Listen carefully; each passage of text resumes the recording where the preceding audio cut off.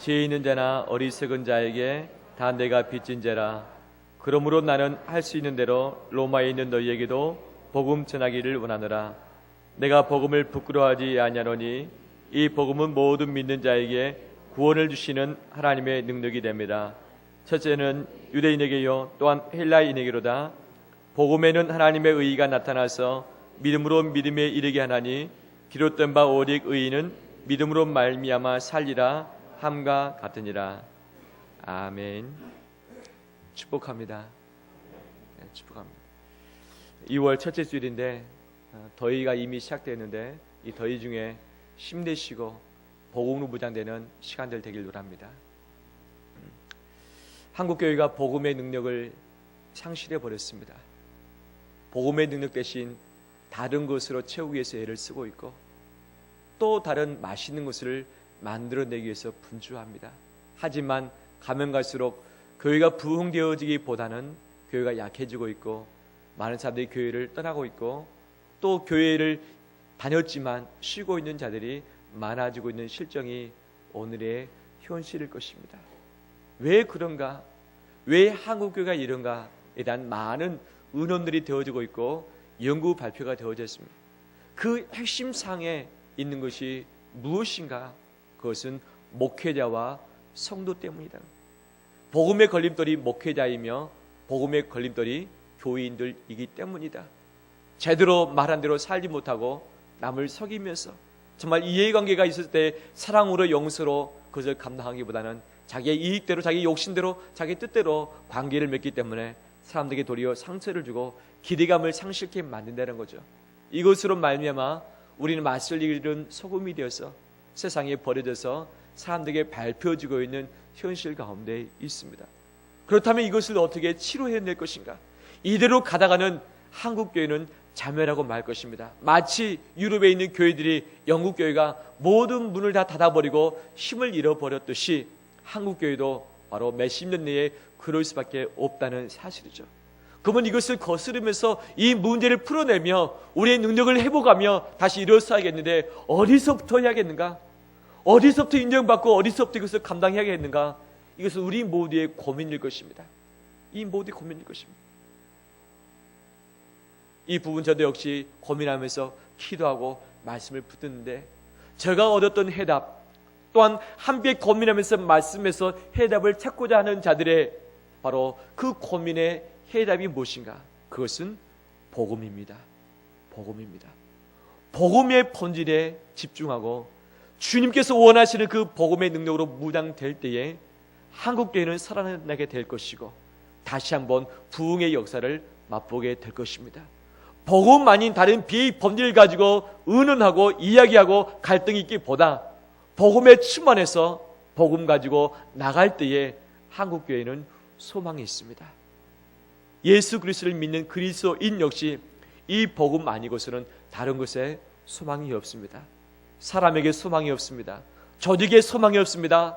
건물에 소망이 없습니다. 오직 소망은 살아계신 예수 그리스도 안에 그분이 선포하신 복음의 삶 가운데 있음을 믿습니다.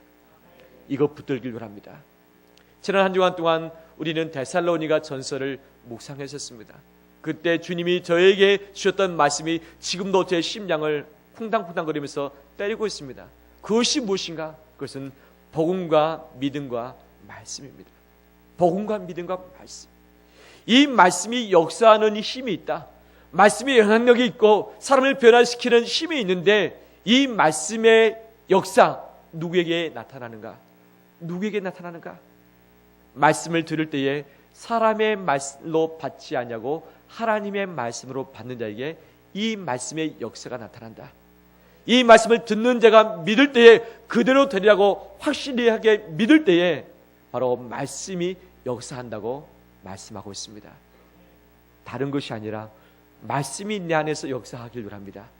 말씀이 내 생각을 바꾸고 내 삶을 바꾸고 우리 인생을 송두리째 바꿔내길 원합니다. 다른 그 어떤 것이 아니라 주의 말씀의 그 역사하심이 우리 가운데 있길 원합니다.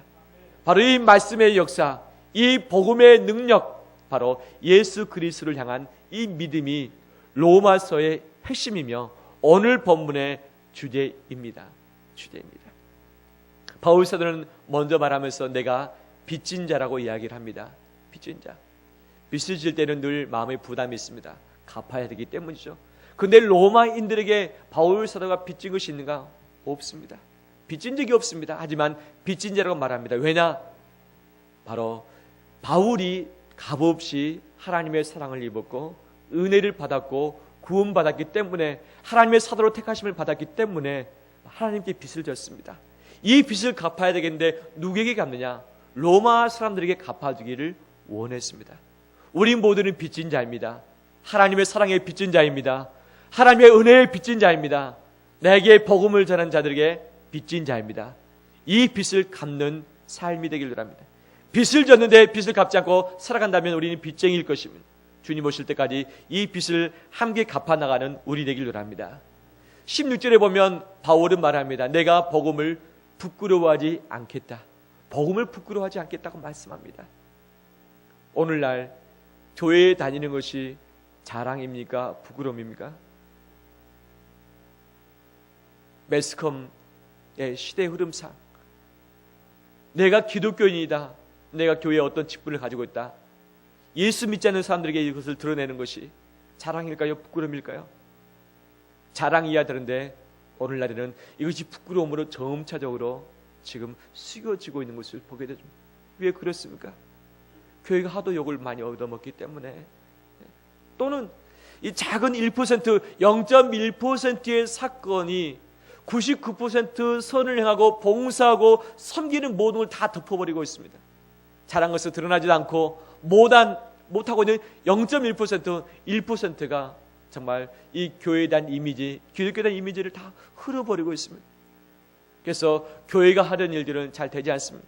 교회가 어떤 것을 애를 쓰려고 하면 전부 설악을 하지 않습니다. 지역에서 반대가 심합니다. 그만큼 교회가 인심을 잃어버렸다는 사실인 거죠. 왜 그런가? 바로 교회를 다니는 이 자체가 부끄러워지고 있는 이 시대상에서 바울 사도는 복음을 부끄러워하지 않겠다고 이야기를 하고 있습니다. 왜?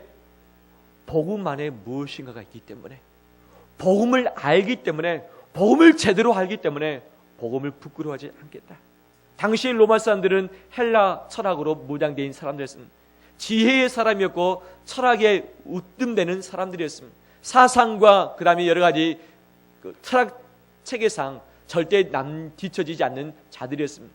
이들 앞에서 당당하게 복음의 진리 부분을 선포하며 전달할 수 있었던 것은 복음을 알았기 때문이었습니다. 이런 예화가 있죠. 어느 한 아이에게 엄마가 있었는데 그 엄마의 얼굴이 화상으로 인해서 일그러진 상태였습니다. 아이가 하루는 학교 가는데 도시락을 빼먹고 갔어요. 예전이죠. 엄마가 도시락을 챙겨가지고 학교에 갑니다. 아이를 불러냈습니다. 아이가 어떻게 반응했을까요? 엄마 왜 왔냐고 창피하게. 왜 왔냐고 창피하게. 차라리 도시락 주지 말든지 내가 굶으면 되는데 왜 와서 엄마가 참 내 부끄러움이 됐냐고 이야기하면서 엄마에게 핀잔을 주면서 쫓아보냅니다. 엄마는 울면서 집으로 갑니다. 나중에 그 아이는 엄마에게서 그 사연 이야기를 듣습니다. 아이가 아주 어렸을 때에 아무것도 몰랐을 때에 집에 불이 남습니다. 근데 아이 혼자 집에 있는 거예요. 그 어떤 누가 들어가서 구해내야 되는데 모든 사람은 발만 동동거리고 아이를 구할 엄두를 내지 못합니다. 그런데 단 한 사람 그 불구덩이에 들어가서 아이를 데리고 나옵니다. 누구일까요? 엄마죠. 엄마죠. 엄마가 들어갔어. 나오다가 이 불길이 쌓여서 얼굴이 다 이그러져 버렸어요. 제대로 코도 없고 눈도 제 위치에 있지 않고 입도 비뚤어지고 말았습니다. 그 사실을 아이에게 말해 주었습니다. 그때 아이가 어떻게 반응했을까요? 울었습니다. 내가 그토록 부끄러워했던 이 엄마의 모습이 나 때문이었구나. 나를 살리기 위해서 엄마가 이런 희생을 했구나 라고 생각을 하게 됐고, 그때부터 엄마의 얼굴이 창피했을까요? 자랑스러웠을까요? 자랑스러웠습니다. 모를 때는 창피하지만 부끄럽지만 알 때는 자랑스럽고 당당했듯이 바울이 이 복음을 몰랐을 때는 예수 믿는 사람을 죽이려고 달려들었지만 알고 난 다음에는 이 복음 때문에 내가 죽겠다, 당당함으로 부끄러워하지 않고 복음을 자랑하면서 전파하는 자로 바뀌었습니다. 복음이 부끄럽습니까? 전도하는 것이 부끄럽습니까? 교회 다니는 것이 부끄럽습니까? 복음을 제대로 한다면 이 부끄러움의 문제를 우리는 극복할 수 있습니다. 세상이 그 어떻게 말한다 할지라도 예수 믿는 것이 우리의 자랑이고 내 확신이고 내가 살 이유가 된다는 것을 안다면 우리는 이 세상 앞에서 당당합니다. 당당할 수 있습니다. 이런 삶을 사는 우리 되길 원합니다. 오늘 본문의 핵심 단어는 능력입니다. 16절 말씀을 같이 한번 읽어보겠습니다. 16절 시작. 내가 복음을 부끄러워하지 아니하노니 이 복음은 모든 믿는 자에게 구원을 주시는 하나님의 능력이 됩니다. 첫째는 유대인에게요 또한 헬라인에게로다. 아멘. 이 복음은 모든 믿는 자에게 구원을 주시는 하나님의 무엇이라고요? 능력이라고 이야기를 하고 있습니다. 이 능력을 헬라어 원어로 보면 듀나미스. 이 듀나미스에서 파생되는 단어 중 하나가 다이나마이트. 폭탄이죠. 터지면 주변을 다 바꿔버리는 것이 바로 그 능력이죠. 바로 복음이 능력이다. 복음이 다이나마이트다. 복음이 들어가는 사람은 다이나마이트가 터진 것처럼 사람이 바뀌어버린다. 복음이 제대로 들어가는 지역은 다이나마이트가 그 지역을 쑥대밭 만들어버렸시 복음이 그 지역을 완전히 바꾸어버린다라고 하는 의미가 이 안에 담겨져 있습니다. 실제 이 능력이라는 단어, 듀나미스의 단어를 가지고 성경 전체를 쭉 연구할 때에 여러 군데서 총 114군데에서 이 듀나미스의 단어가 쓰여집니다. 그것을 쭉 연구할 때에 어떤 결론들이 나타나는가? 하나님이 능력이 하나님이다. 하나님의 능력으로 세상을 창조하시고 지금도 통치하고 계시고 능력으로 보좌에 좌정하고 계시고 마지막 계시록에서는 이 듀나미스 단어가 엄청나게 나옵니다. 엄청나게. 왜냐? 하나님이 어떤 분인가를 찬양하는데 그분이 능력 그 자체이기 때문에 바로 보좌에 앉으신 능력의 하나님, 바로 이 권능의 하나님을 높이며 찬양하고 있습니다. 하나님 자체가 권능입니다. 하나님 자체가 능력입니다. 그 능력이 있으신 분이 세상을 창조하시고 지금도 다스리시고 이 세상을 심판하실 것입니다. 그 어떤 사단도 그 능력 앞에 대들어가지 못하고 다 깨트려지며 도망가는 줄 믿습니다. 또한 그 이 능력을 설명할 때에 예수 그리스도를 증거하고 있습니다. 예수 그리스도가 능력이시다. 능력이 예수 그리스도를 증거합니다. 예수님이 이 땅에 오셨습니다. 시험을 받을 때 능력으로 이기셨습니다.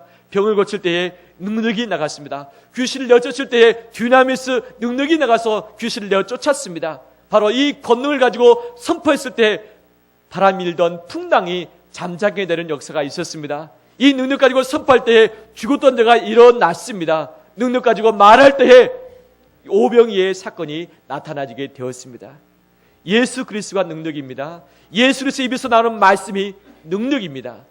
또한 이 능력은 성령님을 말할 때 또 증거되어집니다. 성령이 우리에게 능력으로 임하셨다. 성령이 능력으로 증거하신다. 성령을 권능으로 힘있게 하셨다. 바로 성령이 오신 이유, 바로 권능의 성령이 우리에게 능력을 주기 위함이라고 말씀을 하고 있습니다.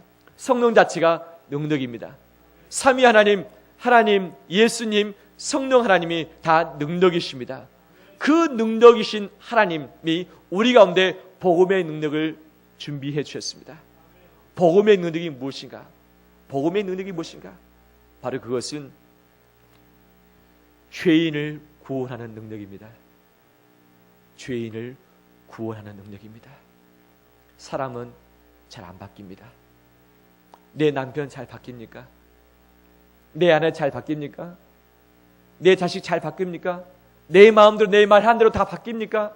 안 바뀝니다. 사람이 고집스럽습니다. 사람이 자기의 욕심 가운데 있습니다. 자기의 뜻과 주장이 강합니다. 사람이 점처럼 바뀌지 않는 대상입니다. 특히 죄성을 가지고 있는 사람, 그대로 놔두면 죄 짓고 악한 길로 갈 수밖에 없는 것이 사람의 본질 아니겠습니까? 이 죄인을 바꿔놓는다는 것은 이것은 사람의 돈으로도 힘으로도 노력으로도 되지 않는 부분입니다. 하지만 예수 그리스도의 복음이 들어갈 때에 죄인을 바꿔놓는 역사가 일어납니다. 죄인이 바뀌어지는 역사가 일어납니다. 이것이 복음의 능력입니다. 무엇이 그 죄인을 바꿔놓는가?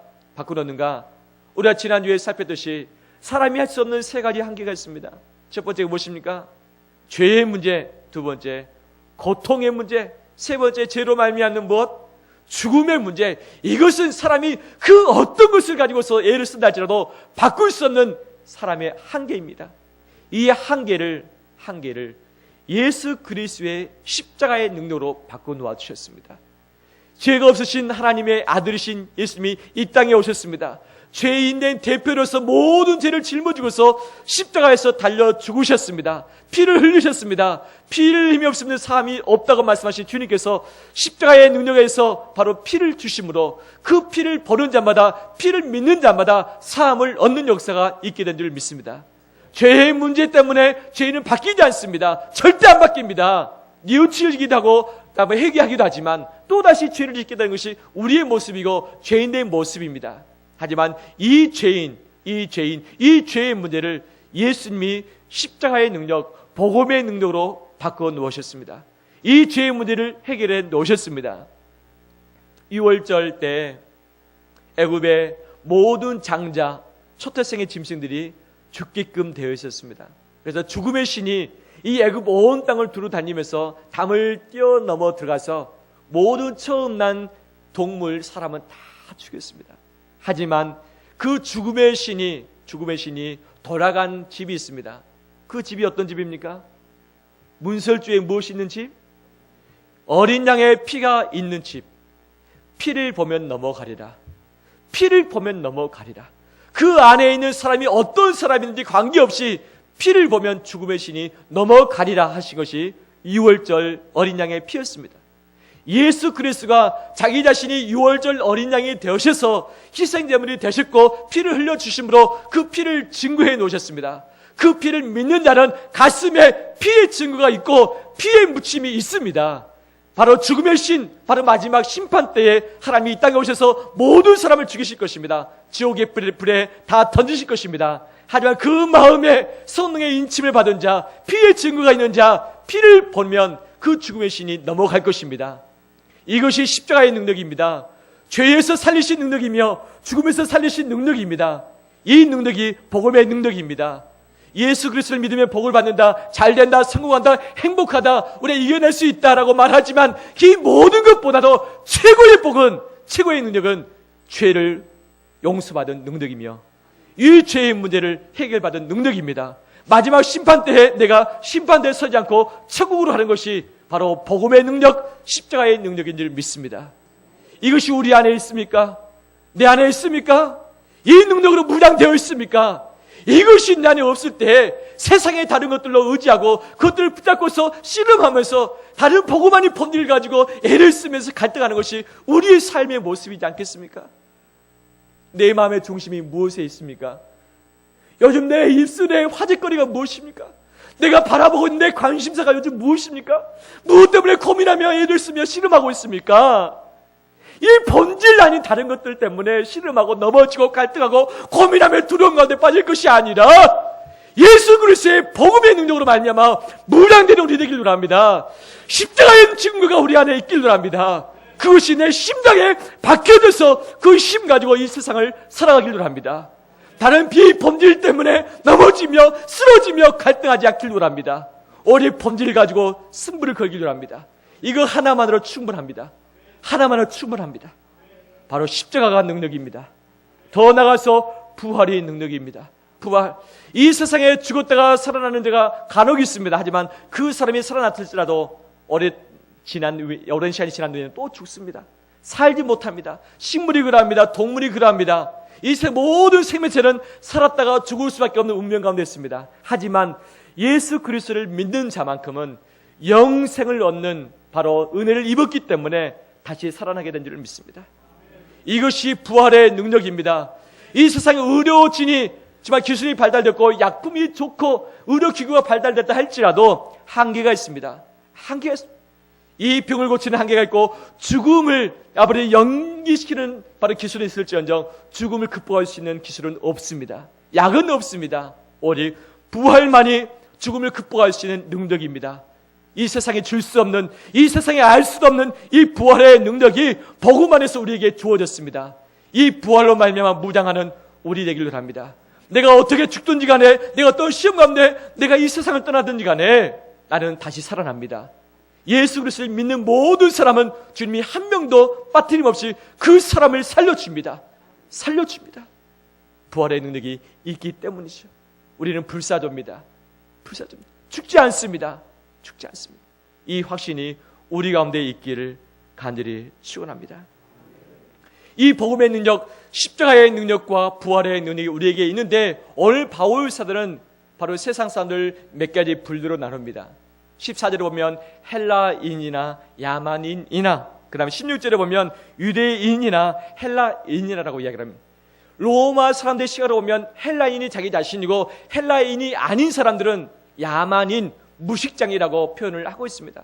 즉 철학을 가진 사람은 지혜 있는 사람이고, 이 철학이 없는 모든 이 민족은, 이방인들은 다 무식한 사람이다, 야만인이다라고 이야기를 하고 있습니다.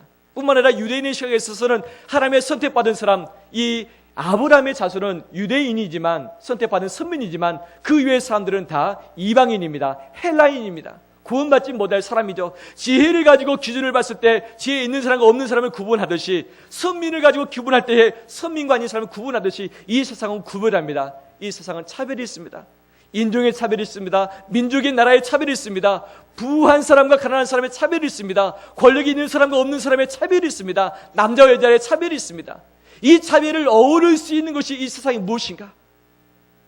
가장 최고의 법이 있을지라도 그 법이 모든 인종과 사람의 차별을 다 극복할 수 있게 하는가?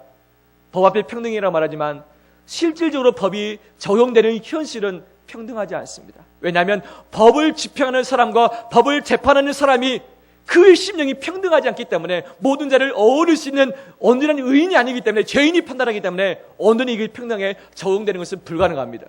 법이 불가능합니다. 이 세상의 모든 규칙이 그렇습니다. 모든 철학이 그러합니다. 모든 사람이 다 어울릴 수 있는 것은 이 세상에 그 어떤 것도 없습니다. 대통령은 하지 못합니다. 미국이 힘세다고 하지만 미국이 모든 민족과 국가를 다 어울릴 수는 없습니다. 한계가 있습니다. 하지만 모든 민족과 인종과 성별과 빈부 귀천을 다 저버리고 있더라도 이것을 다 어울릴 수 있는 단 한 가지가 있다면 그것은 복음입니다. 그렇기 때문에 복음의 능력이 있습니다. 복음의 능력이 있습니다. 모든 대상을, 헬라인이나 야만인이나 유대인이나 헬라인이나 모든 사람을 어우를 수 있는, 끄집어낼 수 있는, 끌어안을 수 있는 것이 복음밖에 없습니다. 이 세상 그 어떤 것도 사람을 다 끌어안을 수 없습니다. 오로지 복음만이 사람을 차별하지 않습니다. 사람을 차등하지 않습니다. 정말 돈 없는 사람이라든지, 정말 몸이 불편한 사람이라든지, 정말 남들에게 인정받지 못한 사람이라 할지라도 이 복음만큼은 바로 모든 사람을 다 끌어안을 수 있는 능력입니다. 할렐루야. 복음에는 시대적인 한계를 초월합니다. 시대적인 한계. 목양실에 책이 있는데 10년 전에 샀던 책들, 20년 전에 샀던 책들이 있습니다. 근데 그 책을 다시 읽어보려고 빼보면 별로 볼 것이 없는 것이 참 많이 있어요. 제가 이미 알고 있는 내용인 부분도 있지만 시대가 바뀜에 따라서 쓸모없는 책들이 많아지고, 이거 버려야 되는데 이 목회자의 병 중 하나가 뭐냐면 책은 못 버려요. 책 욕심이 있는 것이 목회자의 기본적인 특징 아닙니까? 책 욕심이 있어서 이거 버려야 되는데, 정리해야 되는데 못 버리고 그냥 다 챙겨두는 거예요. 책의 지식은 아무리 베스트셀러를 할지라도 시대가 지나면 이것이 가치가 없어집니다. 아무리 좋은 철학이라 할지라도 시대가 지나면 끝입니다. 우리가 들고 있는 휴대폰들 만약에 10년이 지난다면 이것이 무엇일까요? 고철덩어리에 지나지 않을 수도 있습니다. 우리가 살고 있는 집의 모든 환경들, 자동차, 우리 모든 기계들, 시대가 지나면 다 쓸모없는 것들로 바뀔 수도 있습니다. 하지만 2000년 전에 선포됐던 바로 그 부분, 오늘날 선포될 이 부분, 앞으로도 선포될 그 부분이 변하지 않는 단 한 가지가 있다면 그것은 말씀입니다. 그것이 복음입니다. 시대를 초월할 수 있는 능력이 복음의 능력입니다. 복음은 모든 사람을 끄집어 안을 수 있습니다. 모든 시대를 다 끌어안을 수 있습니다. 이것은 진리이기 때문입니다. 이것을 가진 자가 우리 자신입니다. 그렇기 때문에 이 세상을 우리가 부끄러워하지 않냐고 당당할 수 있고, 이 세상과 어떤 누구보다도 우리가 선택받은 자로서 힘있게 우뚝 서나갈 수 있습니다. 이 복음으로 무장되길 원합니다. 이 복음이 내 심령에 들끓어오르길 원합니다. 요즘 제 안에 밥솥이 하나 들어앉아 있어요. 밥솥. 무슨 밥솥입니까?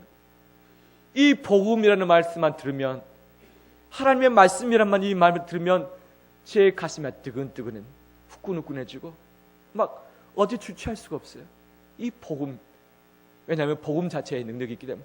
이 복음을 오묘하게 막 달콤하게 들은 것이 아니라 이 복음, 생짜기 복음, 어떻게 보면 단순한 복음, 그렇지만 이 복음 자체의 능력이 있기 때문에 이것을 묵상하며 제가 나갈 때에, 말씀을 있는 그대로 붙들고 나갈 때에 이것이 제 가슴 안에서 막 역사하며 생동하는 것들을 보게 되어집니다. 우리 가슴 모두에, 내 마음 생각 모두에 이 복음으로 무장되길 원합니다. 복음 아닌 다른 것들이 내 마음 안에 또 안에 트지 않도록, 다른 것들이 내 생각과 내 입술을 뺏어가지 않도록, 사단이 일어나는 유혹으로 말미암아, 두려움으로 말미암아 우리 가운데 시험할지라도 다 던져버리고 복음으로, 예수 그리스도로 말미암아 무장해 나가는 우리 되기를 합니다. 하나님은 그것을 우리에게 주셨고 그 선물을 다른 사람에게 나누라고 말씀하십니다. 너희에게 성령이 임하시면 너희가 권능을 받고 예루살렘과 온 유대와 사마리아와 땅끝까지 이르러 내 무엇이 되라? 내 무엇이 되라? 증인이 되라. 여기서의 권능, 성령의 권능이 dynamis입니다. 동일한 단어입니다. 너희에게 dynamis를 주느라 너희가 이것 가지고 증인되라. 너가 왜 권능을 주느냐? 왜 능력 주느냐? 바로 그리스도를 증거하기 위함이다 말씀하고 있습니다. 이것 가지고 증거하기를 합니다. 다른 달콤한 것으로 설득하기보다, 겨우겨우 설득해서 달려서 데려오기보다는 이 복음을 가지고 증거하기를 합니다.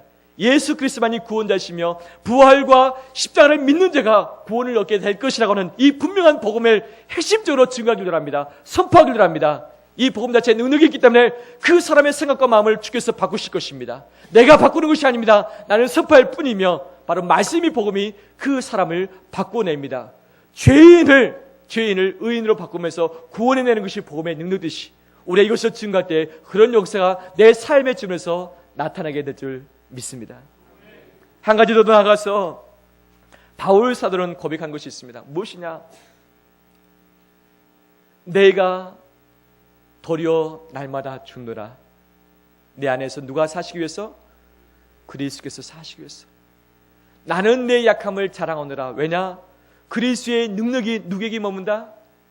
약한 자에게 머물기 때문이다. 약한 자에게. 우리 한국 교인들은 이 복음의 능력 가지고 누가 강해지기를 원하는가? 자기 스스로 강해지기를 원하는 것이 한국 교인들입니다. 자기 스스로 강해져. 이 말씀의 은혜를 입고 스스로 강해지고 성령의 은사 받고 능력 받아서 스스로 강해지고 자기가 강해지고 나서 자기의 이름으로 뭔가를 해보려고 하는 것이 한국 교인들의 특징입니다. 내가 강해지는 거예요. 내가 높아지고 내가 우르르 봐지고 내 힘이 드러나고 내 이름이 드러나는 것, 그것을 바라고 있습니다. 내가 강해지는 것. 근데 바울은 그게 아닙니다. 복음에 들어가면 들어갈수록 바울은 내가 죽느라, 내가 약해지느라, 내가 도리어 낮아지느라, 내가 겸손해지느라. 왜냐? 내 안에서 복음의 능력이 드러나기 위해서는 누가 죽어야 된다? 내가 죽어야 된다. 내 안에 그리스도의 능력이 나타나기 위해서 누가 죽어야 된다? 내가 죽어야 된다. 내가 죽지 않고서는 이것이 드러나지 않기 때문에 한국 사람은 내가 강해지기 위해서 이것을 붙들다 보니까 이 능력이 안 나타납니다. 내가 죽고, 내가 철저히 죽고 바로 내 안에 그리스도께서 사시도록 할 때에 복음의 능력, 부활의 능력, 십자가의 능력이 나타나게 될 줄 믿습니다. 이것이 있을 때 세상 가운데서 승리하게 되어지고 우리 세상 앞에서 당당하게 될 줄 믿습니다. 내가 달되고 내가 부여지는 것이 아니라 나는 약해지고 나는 더욱더 죽어지지만 내 안에 계신 예수 그리스도께서 복음의 능력만이 힘있게 증거되어지며 나가는 우리의 삶이 되길 주의 이름으로 축원합니다. 기도하겠습니다.